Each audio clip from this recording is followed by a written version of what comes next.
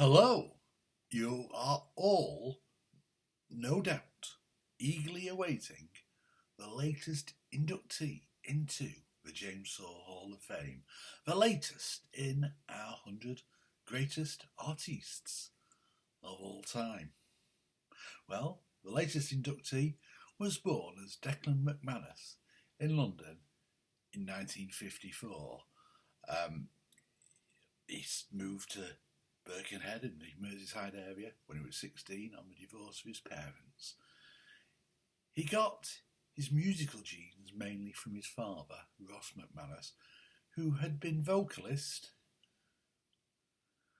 for the Joe Loss Orchestra and had had a hit single under the stage name of Dave Costello, albeit only in Australia.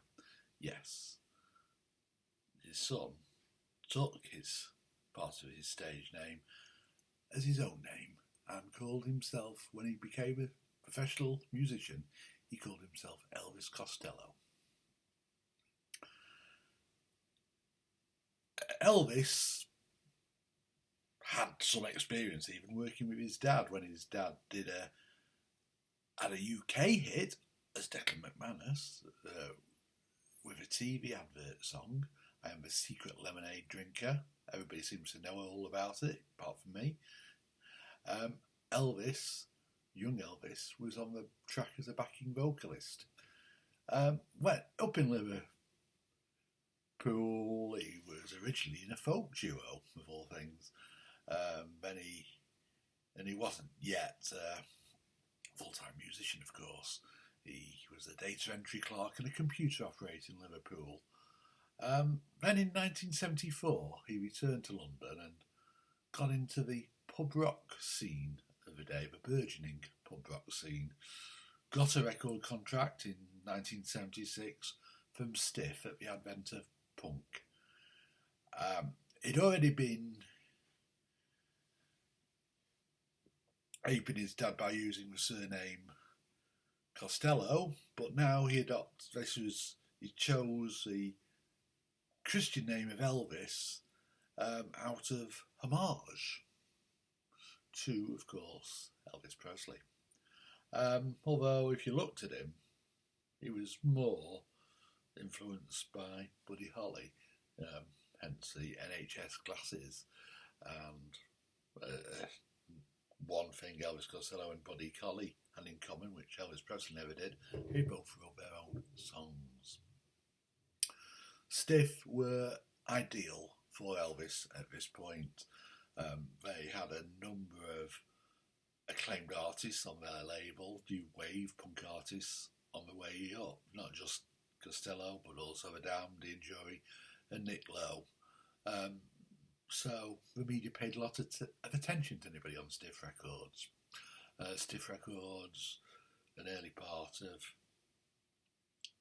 Elvis getting noticed was when he appeared on a Stiff Records tour as to all their roster, which he was part of a sellout tour. I couldn't get a ticket, unfortunately, when we played at Lancaster University. Nick Lowe, as well as being a musician, also was a songwriter. He wrote What's So Funny About Peace, Love and Understanding, and he was Costello's producer on his acclaimed debut album, My Aim Is True. The singles from the album didn't chart at first. They'd later chart on reissue, but the album nonetheless made it to number 14 in the UK. The light's gone again. You can barely see my face, but I have perhaps got what they call a good face for radio. So no matter.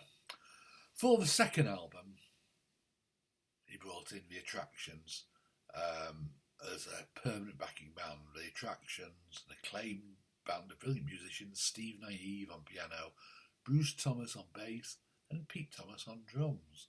Bruce Thomas, Pete Thomas. You might well guess, of course, that Pete and Bruce were brothers. Wrong, they're not. Anyhow, Costello has been successful in America, but Stiff Records didn't have a US arm. So to get himself noticed by the Americans, he made him nuisance to himself, busking outside a CBS convention. He got arrested, but CBS didn't notice him. CBS signed him in the States. He got invited onto American TV, Saturday Night Live, and he upset them by playing Radio, which wasn't a well-known song at the time.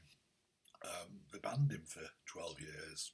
But the ploy worked, and straight away he had success in America, and the album reached number 32. Very good for a new artist from the UK.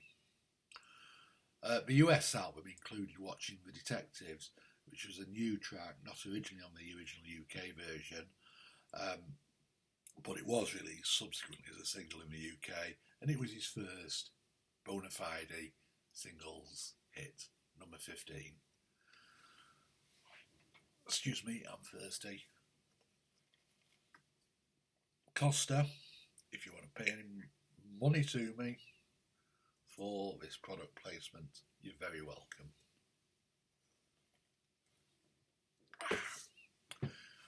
Delicious, much better than Starbucks.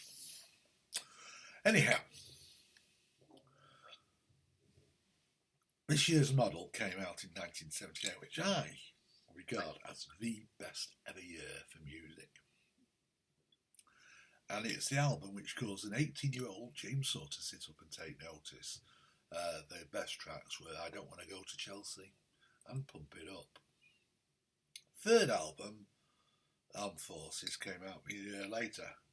I never liked it all that much, to be honest. Even Oliver's Army, the lead-off single, but everybody else did. The single, Oliver's Army, reached number 2, his most successful song to date. And Costello also laid time aside to produce the excellent Specials debut album. More of that, possibly, later in this series of video shoots. The fourth album, 1980's Get Happy, was much more like it, as far as I was concerned. It was more upbeat than the earlier record, had a soul feel, and it, as you might guess from the fact that the lead single, I Can't Stand Up for Falling Down, was in fact an old Sam and Dave song from the legendary soul album, the soul label Stax Records. Just 1981, slight step backwards. Oh, even the best track, Clubland, could only scrape into the lower reaches of a chart. And the follow-up was the first track in 4 years to fail to chart at all, Had His Bubble Burst. He was still doing good work as a producer, though. He co-produced East Side Story for Squeeze and sang backing vocals on the big hit Tempted. The end of the year, Costello bravely did an album of covers with the warning, this album contains country and western music and may cause a radical reaction in narrow-minded listeners. I was one of those narrow-minded listeners. I didn't like country and western much of the time. A bit fonder now.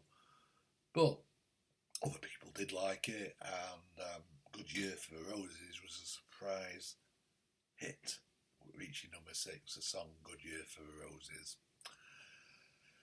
Imperial Bedroom, darker, in 1982, bit darker, bit less commercial, no hit singles, great album. But my favourite Costello album of all was 1983's Punch the Clock. It had a big, expansive band sound. It had a female backing vocal duo and the 4-piece horn section, the TKO horns, who all formerly had been in an earlier incarnation of Dexys Midnight Runners. The song Every Day I Write the Book warrants special mention because it's got one of my favourite lyrics of all time. Even in a perfect world where everyone was equal, I'd still own the film rights and be working on the sequel. Brilliant.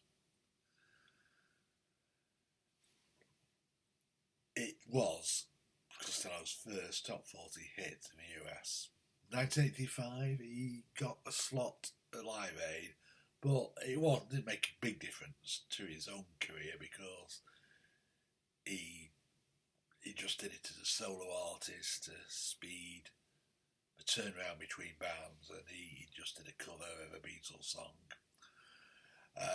More great work from him, which we'll cover later in this series of podcasts again. Another great album produced by him was the Pogues' breakthrough album, Rum Sodomy and the Lash, and Kate O'Riordan from the Pogues became his second wife. 1986, he did 2 albums, and this was his last great year.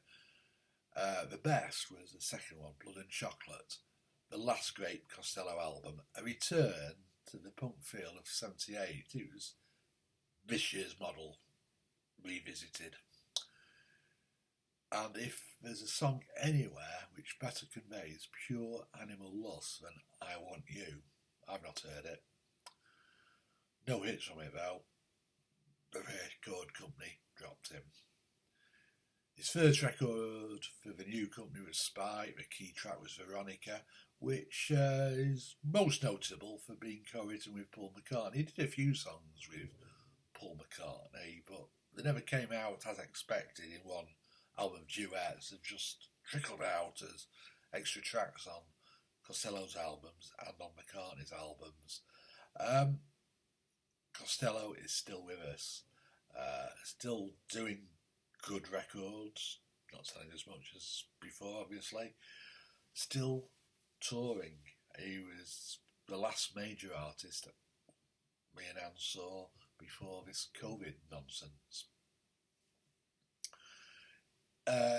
His last hit was not his best by any means. It was a cover of Charles Aznavour's She for the Notting Hill film soundtrack. Costello lives in the US these days. His third wife is an acclaimed artist in her own right, the Canadian jazz singer, songwriter Diana Krall.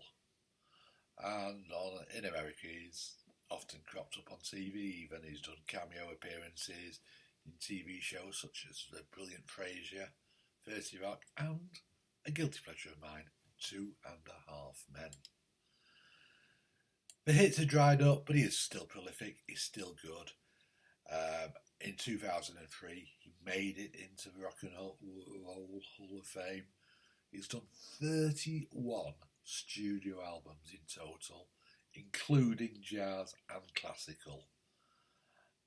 Even as late as 2018, it might not be an album we all bought in our drawers, but the album, Look Now, in 2018, won a Grammy for Best Traditional Pop Vocal Album. A man worthy of attention still. See you next week.